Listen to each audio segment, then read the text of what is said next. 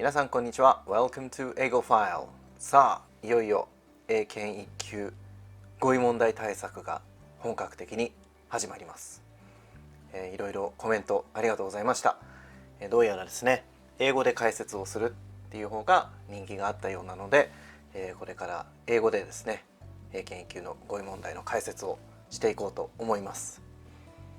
で、日本語でね聞きたいっていう方も何名かいらっしゃったんですけれども、ごめんなさい。なるべく分かりやすい英語でゆっくり喋るようにするので、それでもね、どうしても聞き取れないとか理解できないっていう方が、多かったら字幕を入れる検討をしますのでよろしくお願いします。さて、語彙問題の過去問の分析が先ほど終わりました。で、全部で1595問解いたんですけど、なかなか面白かったです。そこで問題なんですが、僕は3歳から23歳まで20年間オーストラリアに暮らしてましたので、常に英語に囲まれていました。そんな人間が英検1級の語彙問題を1595問解いた結果、全く見たことがない何これって思わず言ってしまった単語や熟語って全部で何個あったと思いますか？答えはですね、15個ぐらいでした。で、別にどうだすごいだろうって言いたいわけじゃなくて、以前の動画でお話したように英語圏で暮らしているならば、普通に英検1級レベルの単語って遭遇するんですよ。大学生以上の人を想定した場合、このことを知っていただきたかったんですね。ということで、全く初対面の単語熟語っていうのは15個ぐらいだったんですけど、見てこれって見たことあるけどなんだっけなっていう単語も含めると150個ぐらいありましたね。なのでこの150個の中から毎回単語をピックアップして解説をしていくっていうことになります。さあ、じゃあ早速始めていきましょう。まずはクイズに挑戦してもらいます。一応1問につき制限時間は10秒なんですけど、いつでも一時停止して考えて解いてみても大丈夫です。それではどうぞ。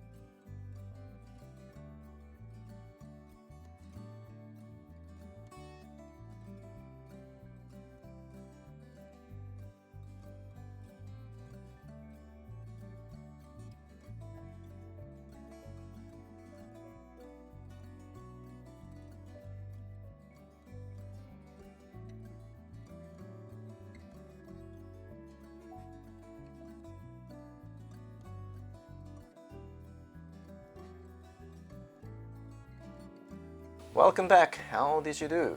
So the first word was opulent. So opulent means expensive, luxurious, rich. So just imagine a lot of money. So this word has come out twice before in the real test, and we use them in phrases like opulent hotels, opulent palaces, or anything that costs lots of money to build. So here is a picture of an opulent palace. You can see the chandelier is a typical symbol of an opulent hallway. So interestingly, the word opulent is similar in spelling to the very beautiful stone, the opal. Now, I don't think they're actually related, but I think it's a good way of remembering what opulent means.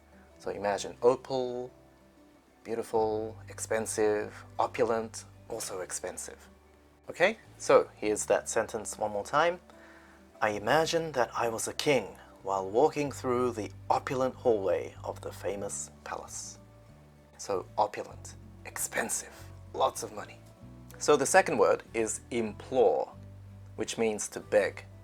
So in other words, it means to say, please do this for me, in a really emotional kind of way. So this word has come out twice in the real test before. Just imagine this picture. So you can see that she's asking probably her parents to give her something, to get her something, to do something for her. And we often say implore someone to do something. Okay, so let's look at that sentence one more time. The child was scared of being alone, so she implored her mother to stay with her. So she probably said, "Please, Mom, stay with me. I'm scared of being alone." Also, politicians can implore people to do things. So I actually found this newspaper article about Boris Johnson, the Prime Minister of the United Kingdom. See, it says, Boris Johnson implores MPs to get Brexit done in crucial Saturday vote. So MP stands for Members of Parliament. So these are the people who get elected by the public to represent them in government. So, as you can see, he's imploring them to get Brexit done. He's saying, please, let's get Brexit done. I don't want to delay this any longer. So that's implore, to beg, to plead someone to do something in a very emotional way. Okay, so the third word is languish. This means to become weak. We can use this word especially when we're talking about plants. So here is a picture of a plant that is languishing. But languish can also mean to exist in an unpleasant situation for a long time. In the real test, this word has come out 3 times, and every time it's been used to mean this second definition, so existing in an unpleasant situation for a long time. But I suppose if you stay in an unpleasant place for a long time, you probably will end up becoming weaker. So I think there is something in common between these 2 definitions. So let's look at the example sentence. The criminal has been languishing in prison for over a decade. And here is the image of a person languishing in prison, spending a long time in a place that is unpleasant. So languish, spending time in an unpleasant place and growing weaker. Okay, word number 4 is broach. This has come out 2 times in the real test. And broach means to start talking about a subject that might be a little uncomfortable to talk about. Maybe you decided to quit your job and you want to tell your wife or husband. Maybe you're being bullied at school and you want to tell your parents. So as you can see, these kinds of topics are sometimes a little difficult to start talking about. That's when we use the word broach. And we normally say broach the subject. So here's the example. I wanted to tell my friend that I prefer being alone, but I did not have the courage to broach the subject. So imagine a situation where your friend is always inviting you to go out to parties, spend time with him or her, but you want to tell them, sometimes I need to have time on my own. I like being alone. But you're worried that you might hurt the friend's feelings. So that's why it's a difficult subject to talk about. So that's when you use the word broach. So broach sounds a little bit like approach. So if you think about a subject or a topic that is difficult to approach, then maybe you'll find it easier to remember what broach means. This is probably how I'm going to remember it. All right, so number 5 is lean on. Now I know some of you might be thinking, that's an easy phrase. I've heard of it before. There's even a famous song called Lean on Me. So you're probably going to say that it means to depend on someone. Maybe this is the image that you have, someone leaning on someone for support.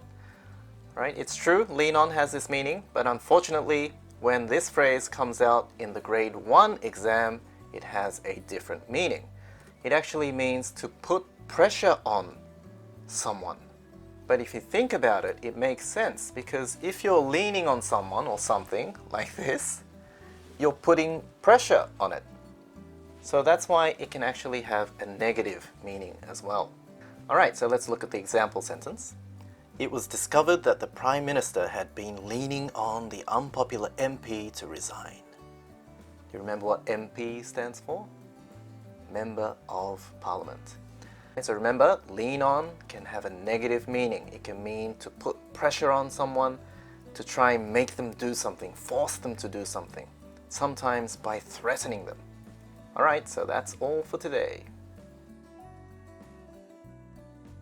こういう感じでね、ちょっとずつ語彙力を一緒に上げていきましょう。また何か気づいたこととかリクエストなどありましたらコメント欄で知らせてください。それでは皆さん、I'll see you in the next lesson.